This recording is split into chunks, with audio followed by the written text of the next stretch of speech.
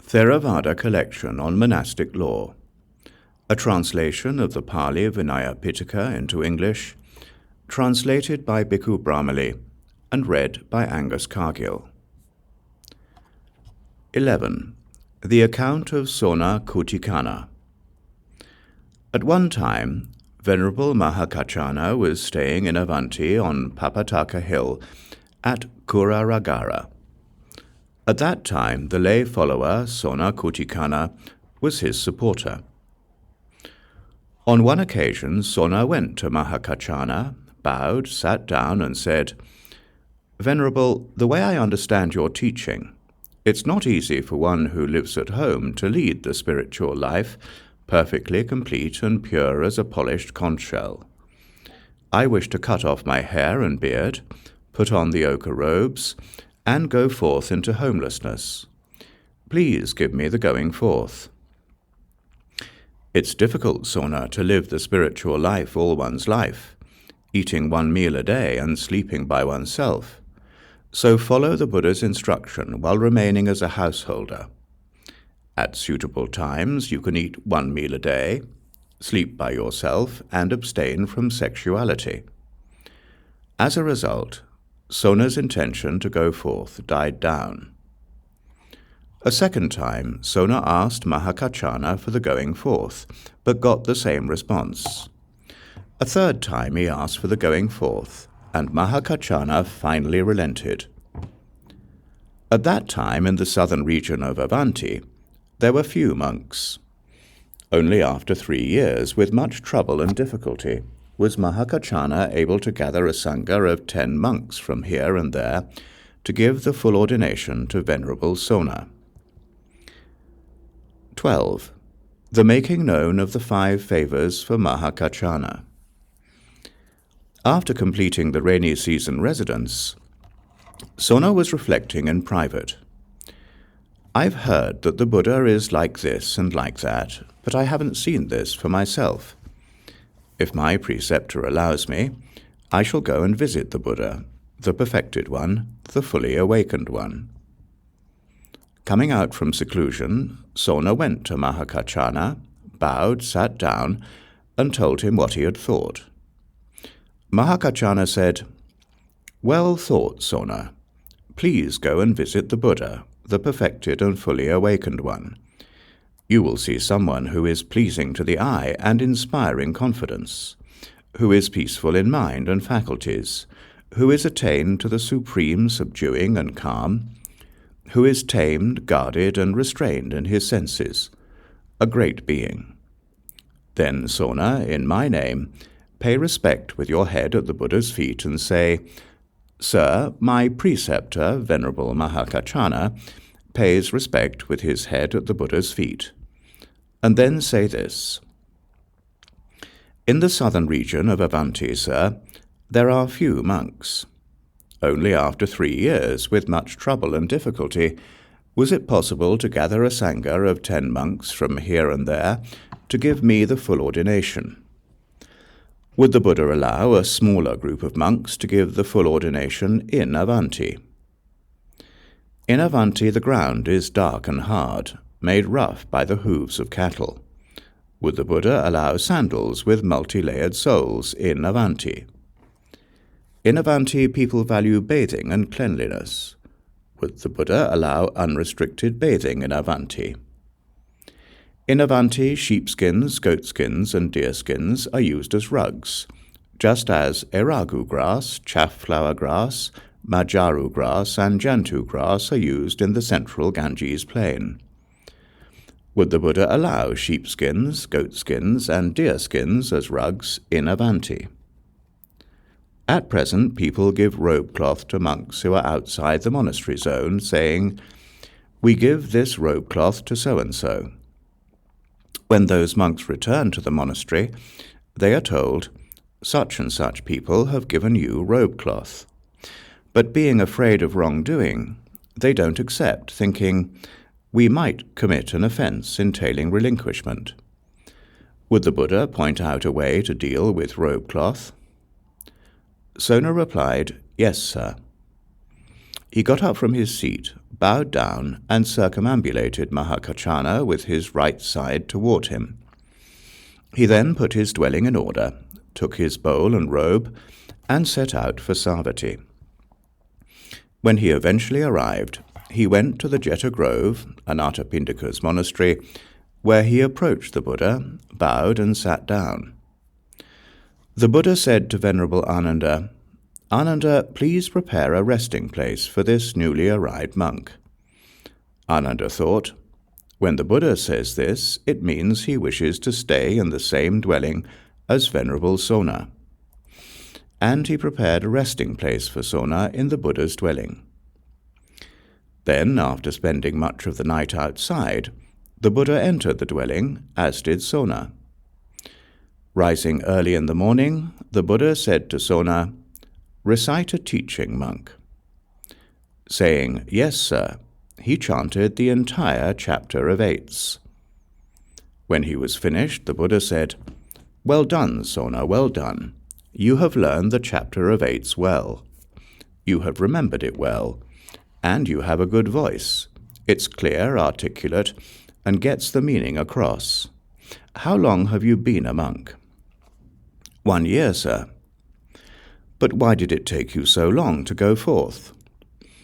"Well, I have long seen the downside of worldly pleasures. Still, because household life is crowded and busy, I was not able to leave." Seeing the significance of this, the Buddha uttered a heartfelt exclamation. Having seen the downside of the world, knowing the truth beyond ownership, the noble one doesn't delight in the bad. In the bad, the pure one doesn't delight. Sona thought, "The Buddha approves of me. This is the time to bring up what my preceptor said." He got up from his seat, arranged his upper robe over one shoulder, bowed down at the Buddha's feet and said, "Sir, my preceptor, Venerable Mahākāccana, pays respect with his head at the Buddha's feet." He then repeated everything Mahākāccana had asked him to say. Soon afterwards, the Buddha gave a teaching and addressed the monks. In the southern region of Avanti, there are few monks. Outside the central Ganges plain, I allow the full ordination to be given by a group of 5, including one expert on the monastic law.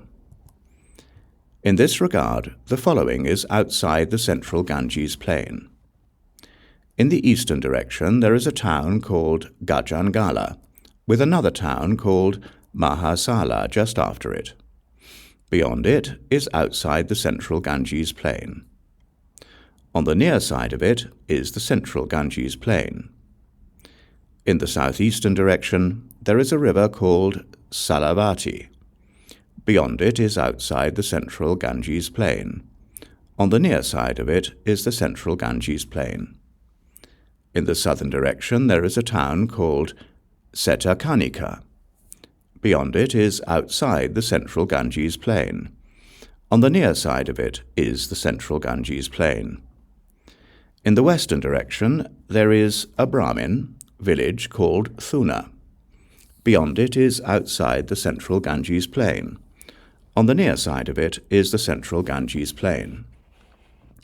In the northern direction there is a mountain called Usiradharga. Beyond it is outside the central Ganges plain. On the near side of it is the central Ganges plain. In Avanti the ground is dark and hard, made rough by the hooves of cattle. Outside the central Ganges plain I allow sandals with multi-layered soles. In Avanti people value bathing and cleanliness. Outside the central Ganges plain I allow unrestricted bathing. In Avanti, sheepskins, goatskins, and deerskins are used as rugs, just as iragu grass, chafflower grass, majaru grass, and jantu grass are used in the central Ganges plain. Outside the central Ganges plain, I allow rugs of sheepskin, goatskin, and deerskin.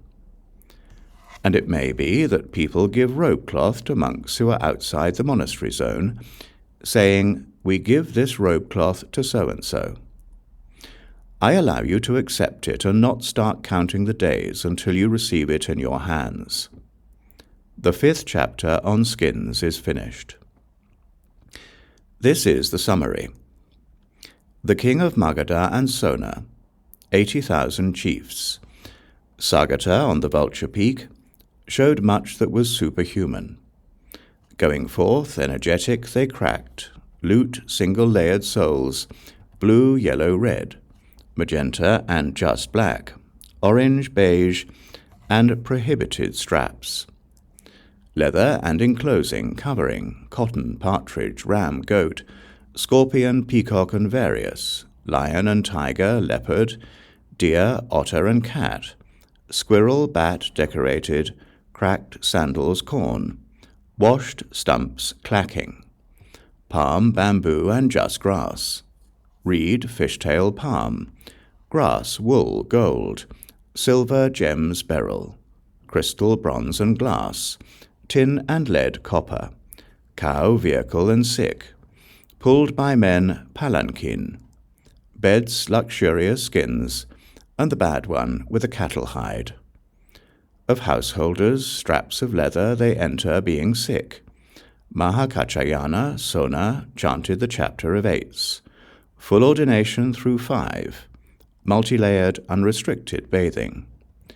He allowed rugs made of skin, not start the counting until the leader did these 5 favors for Sona, the senior monk.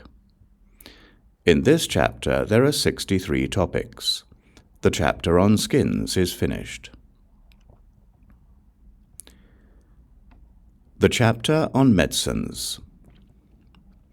Discussion of the 5 tonics. At one time the Buddha was staying at Savatthi in the Jeta Grove, Anathapindika's monastery. At that time the monks were afflicted with autumn illness, and they could not keep down either congee or other food. As a result they became thin, haggard and pale, with veins protruding all over their body. The Buddha noticed this and asked Venerable Ananda why they were looking so sickly. Ananda told him. Then, while reflecting in private, the Buddha thought, what tonics might I allow the monks that are generally regarded as tonics, would serve as nourishment but aren't considered substantial food? It then occurred to him, there are these 5 tonics, ghee, butter, oil, honey, and syrup that are generally regarded as tonics, serve as nourishment, but aren't considered substantial food. Why don't I allow them, these 5 tonics, to be received and consumed before midday? In the evening, when the Buddha had come out from seclusion, he gave a teaching and then told the monks what he had thought, adding, I allow these 5 tonics to be received and consumed before midday. The monks then received and consumed the 5 tonics before midday. But even ordinary food did not agree with them, let alone greasy food. As a result of both the autumn illness and the food not agreeing with them, they became even more thin, haggard and pale. Once again the Buddha noticed this and asked Venerable Ananda why they were looking even worse. Ananda told him. The Buddha then gave a teaching and addressed the monks. I allow the 5 tonics to be received and consumed both before and after midday. At that time the sick monks needed fat as a tonic. They told the Buddha, I allow these fats as tonics, bear fat, fish fat, alligator fat, pig fat, and donkey fat. They should be received, melted, and mixed with oil before midday, and then used. If you receive, melt, and mix them with oil after midday, and then use them, you commit 3 offences of wrong conduct. If you receive them before midday, but melt and mix them with oil after midday, and then use them, you commit 2 offences of wrong conduct. If you receive and melt them before midday, but mix them with oil after midday, and then use them, you commit 1 offence of wrong conduct. If you receive, melt, and mix them with oil before midday, and then use them, there is no offense. Discussion of root medicines, etc. At that time, the sick monks needed medicinal roots.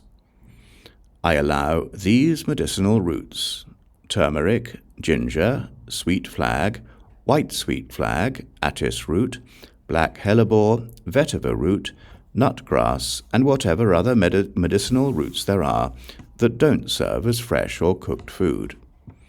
After receiving them, you may keep them for life and use them when there's a reason. If you use them when there's no reason, you commit an offense of wrong conduct. Soon afterwards, the sick monks needed medicinal root flour. I allow a grinding stone. The sick monks needed bitter medicines.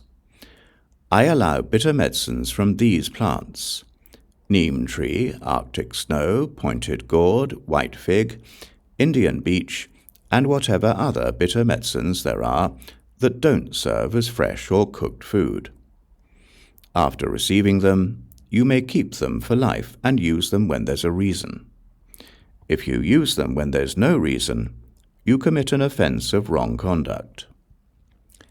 The sick monks needed medicinal leaves. I allow medicinal leaves from these plants: neem tree, Arctic snow, pointed gourd, holy basil, cotton plant, and whatever other leaf medicines there are that don't serve as fresh or cooked food. After receiving them, you may keep them for life and use them when there's a reason. If you use them when there's no reason, you commit an offense of wrong conduct. The sick monks needed medicinal fruits.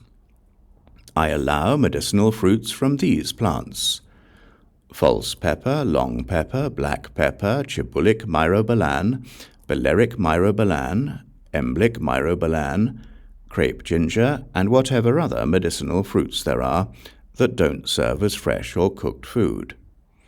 After receiving them, you may keep them for life and use them when there's a reason.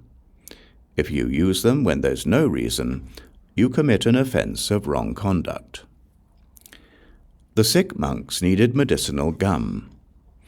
I allow the following medicinal gums: gum exuded from the Asafoetida shrub, gum from the twigs and leaves of the Asafoetida shrub, gum from the leaves of the Asafoetida shrub, taka gum, taka leaf gum, gum from heated taka foliage, resin, and whatever other medicinal gums there are that don't serve as fresh or cooked food. After receiving them, you may keep them for life and use them when there's a reason. If you use them when there's no reason, you commit an offense of wrong conduct. The sick monks needed medicinal salts.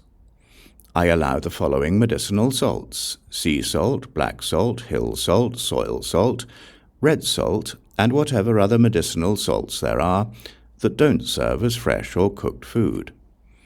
After receiving them, you may keep them for life and use them when there's a reason. If you use them when there's no reason, you commit an offense of wrong conduct. Allowable medical equipment and more. At this time, Venerable Ananda's preceptor, Venerable Betta Tatisa, had carbuncles, the pus making his robes adhere to his body. The monks kept on wetting his robes to remove the pus. As the Buddha was walking about the dwellings, he noticed this. He went up to them and said, "What sickness does this monk have?" "He has carbuncles, sir. That's why we're doing this." Soon afterwards, the Buddha gave a teaching and addressed the monks. For anyone who has an itch, a boil, a running sore, a carbuncle, or whose body smells, I allow medicinal powders. If you're not sick, I allow detergent, soap, and cleaning agents, and I allow a mortar and a pestle. Soon afterwards, the sick monks needed strained medicinal powders. I allow a powder sieve. They needed finely sifted powder. I allow a cloth sieve. On one occasion, a monk was possessed by a spirit. His teacher and preceptor, who were nursing him, were not able to cure him. He then went to a pig slaughterhouse to eat raw meat and drank blood. As a result, he became well. They told the Buddha, "For one who is possessed, I allow raw meat and raw blood." At that time, a monk was afflicted with an eye disease.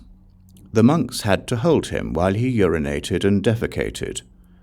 Just then, as the Buddha was walking about the dwellings, he noticed this. He then went up to them and said, "What sickness does this monk have?" "He has an eye disease, sir. That's why we do this for him." Soon afterwards, the Buddha gave a teaching and addressed the monks.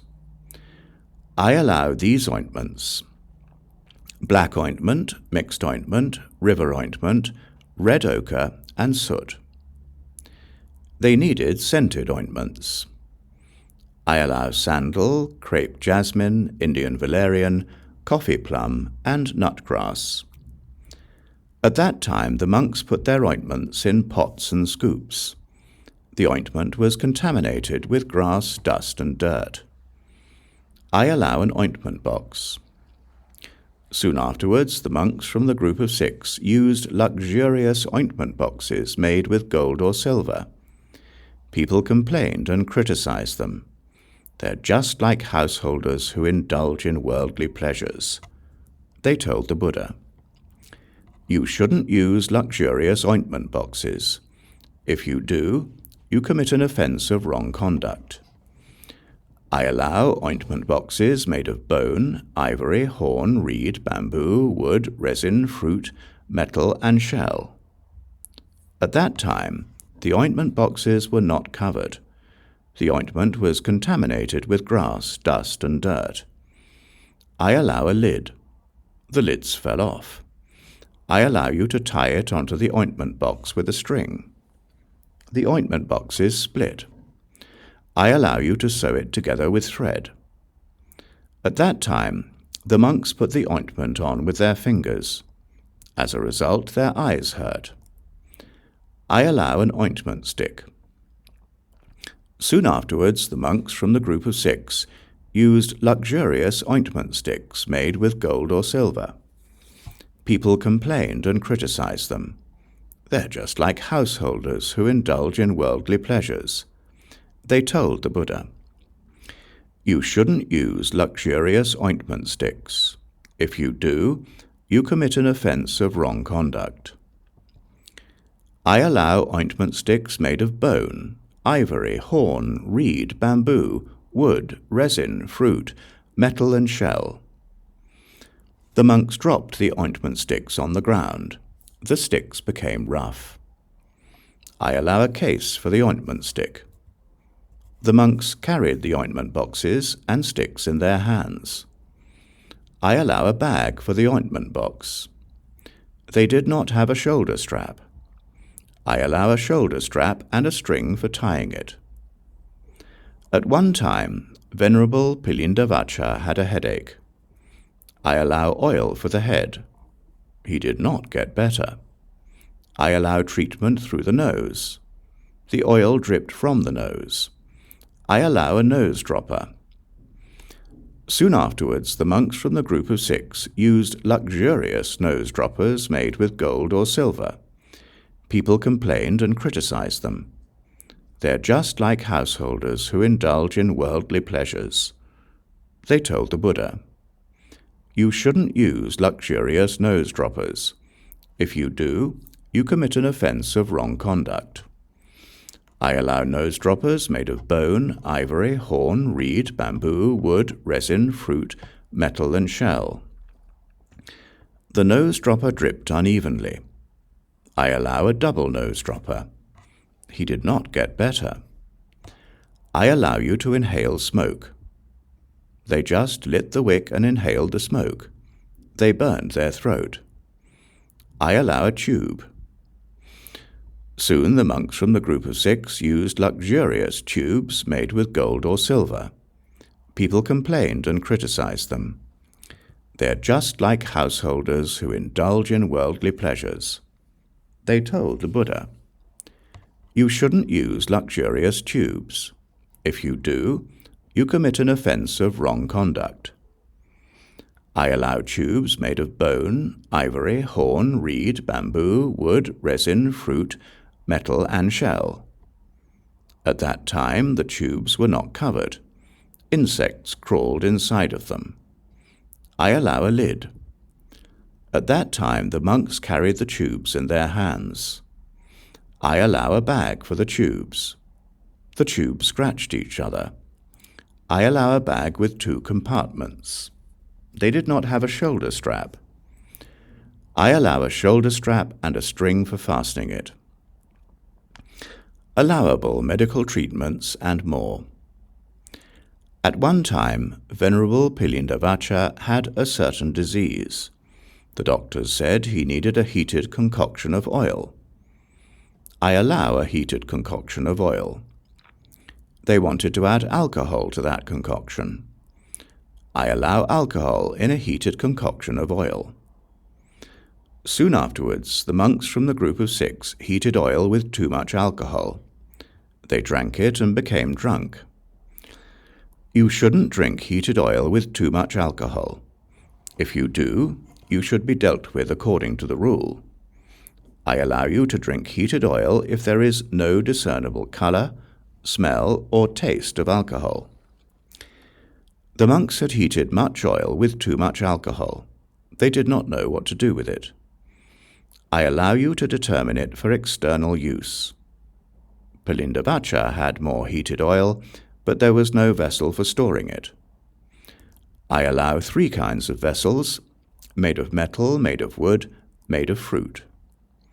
At that time, Pilindavacha had arthritis of the hands and feet. I allow treatment through sweating. He did not get better. I allow sweating with herbs. He still did not get better. I allow heavy sweating. He still did not get better. I allow hemp water. He still did not get better. I allow a bathtub. Pilindavacha had arthritis. I allow bloodletting. He did not get better. I allow bloodletting and receiving it in a horn. Pilindavacha had cracked feet. I allow salve for the feet. He did not get better. I allow you to make foot salve. At that time, a monk was afflicted with abscesses. I allow surgery. They needed bitter water. I allow bitter water. They needed sesame paste. I allow sesame paste. They needed flour paste. I allow flour paste. They needed a dressing. I allow a dressing. The sore was itching. I allow you to sprinkle it with mustard seed powder. The sore festered. I allow you to fumigate it. Flesh was sticking out. I allow you to cut it with a razor. The sore did not heal. I allow oil for the sore. The oil dripped off. I allow a bandage and all treatments for sores. On one occasion, a certain monk was bitten by a snake. I allow you to give him the 4 filthy edibles: feces, urine, ash, and clay. The monks thought, do they need to be received or not? They should be received if there is an attendant. If there isn't, I allow you to take them yourself and then eat them. On one occasion, a monk had drunk poison. I allow you to give him feces to drink. The monks thought, does it need to be received or not? I allow the one who is excreting it to receive it. When he's received it, it doesn't need to be received again. On one occasion, a monk was sick from a drug.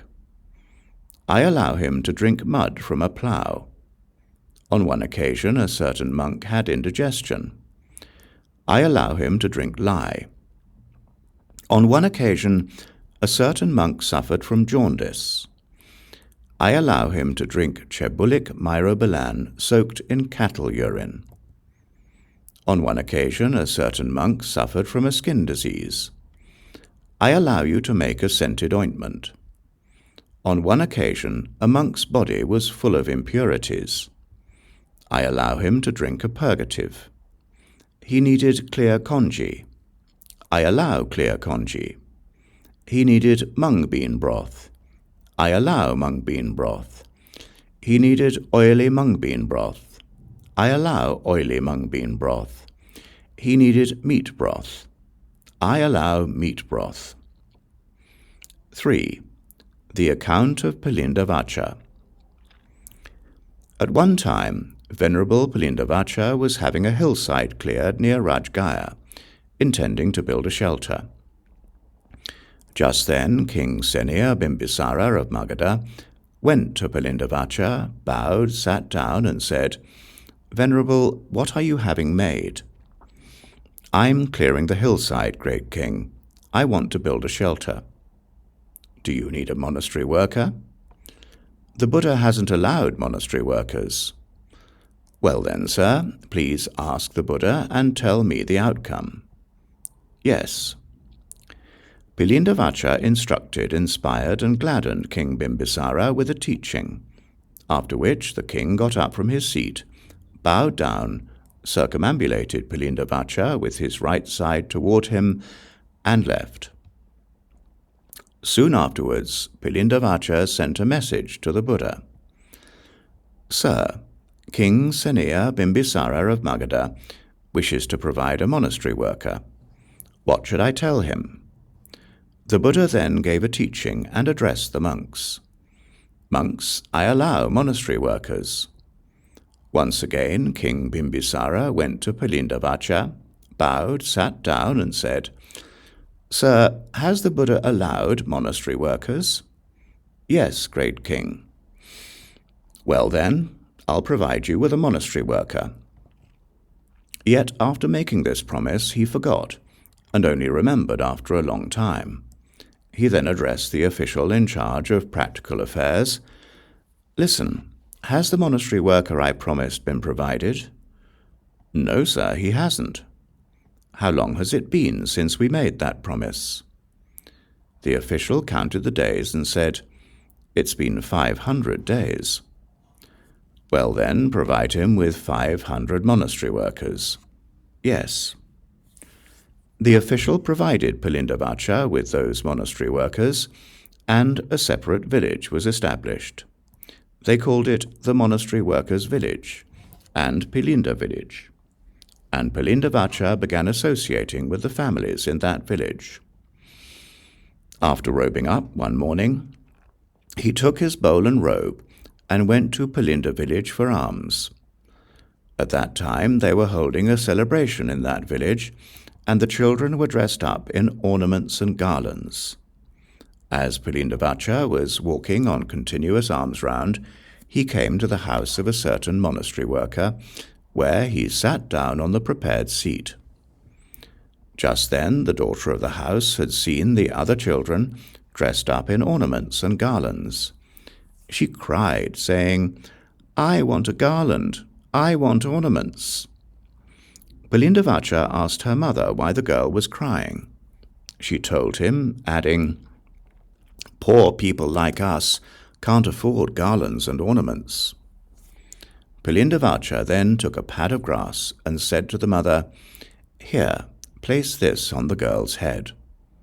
She did, and it turned into a beautiful golden garland. Even the royal compound had nothing like it.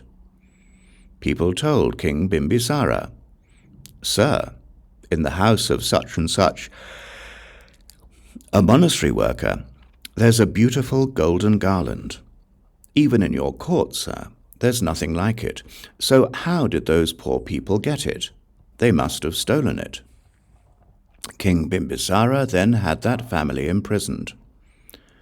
Once again, Pilindavacha robed up in the morning, took his bowl and robe, and went to Pilinda village for alms. As he was walking on continuous alms round, he came to the house of that same monastery worker. He then asked the neighbors what had happened to that family. The king had jailed them, Venerable, because of that golden garland.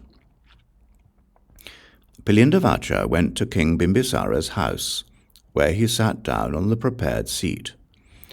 King Bimbisara approached Pilindavacha, bowed, and sat down. Pilindavacha said, "Great king, why have you jailed the family of that monastery worker?" "Sir, in the house of that monastery worker there was a beautiful golden garland. Even the royal compound has nothing like it. So how did those poor people get it? They must have stolen it." Pilindavacha then focused his mind on turning King Bimbisara's stilt house into gold. As a result, the whole house became gold. He said, "Great king, how did you get so much gold?" "Understood, sir. It's your supernormal power." And he released that family. People said, "They say the Venerable Pilindavacha has performed a superhuman feat, a wonder of supernormal power for the king and his court." Delighted and gaining confidence in Pilindavacha, they brought him the 5 tonics: ghee, butter, oil, honey, and syrup. Ordinarily, too, Pilindavacha was getting the 5 tonics. Since he was getting so much, he gave it away to his followers, who ended up with an abundance of tonics. After filling up basins and water pots and setting these aside, they filled their water filters and bags and hung these in the windows. But as the tonics dripped, the dwellings became infested with rats. When people walking about the dwellings noticed this, they complained and criticized them. These Sakyan monastics are hoarding goods indoors, just like King Seniya Bimbisara of Magadha. The monks heard the complaints of those people, and the monks of few desires complained and criticized those monks. How can these monks choose to live with such abundance? After rebuking those monks in many ways, they told the Buddha. Soon afterwards he had the Sangha gathered and questioned the monks. "Is it true, monks, that there are monks who live like this?" "It's true, sir." After rebuking them, the Buddha gave a teaching and addressed the monks. After being received, the tonics allowable for sick monks, that is, ghee, butter, oil, honey, and syrup, should be used from storage for at most 7 days. If you use them longer than that, you should be dealt with according to the rule. The first section for recitation on allowable medicines is finished.